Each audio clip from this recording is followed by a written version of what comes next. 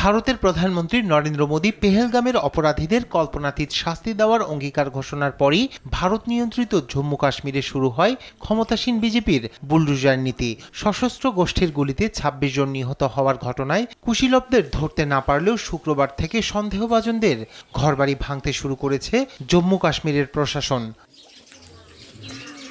শুক্রবার দুটি বাড়ি ভেঙে গুড়িয়ে দেওয়ার পর শনিবারও বুলডোজার চালিয়ে ধূলিসাৎ করে দেওয়া হয়েছে আরও ২ সন্দেহভাজনের বাড়ি। দক্ষিণ কাশ্মীরের অনন্তনাগ জেলায় যে দুটি বাড়ি শনিবার ভেঙে দেওয়া হয় তার একটি বিস্ফোরণ ঘটিয়ে অন্যটি বুলডোজার চালিয়ে। সেই ২ বাড়ি পেহেলগামে চিহ্নিত ২ জঙ্গির বলে দাবি করেছে নিরাপত্তা বাহিনী।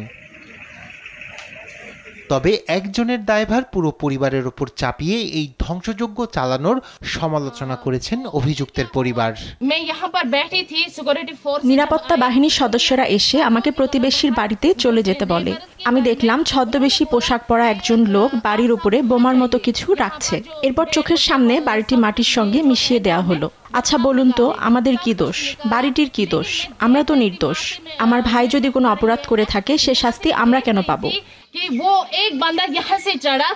স্থানীয়রা বলছেন, কাশ্মীর উপত্যকায় সশস্ত্র গোষ্ঠীর মোকাবেলায় প্রশাসন ও নিরাপত্তা বাহিনীর এই কৌশল একেবারেই নতুন। এর আগে সন্দেহভাজনদের জেরা করা হলেও সন্দেহের বশে গুড়িয়ে দেওয়া হয়নি কারো বাড়ি। বিজেপি শাসিত রাজ্যে বুলডোজার নীতির বিরুদ্ধে একাধিকবার মন্তব্য করেছেন ভারতের সুপ্রিম কোর্ট।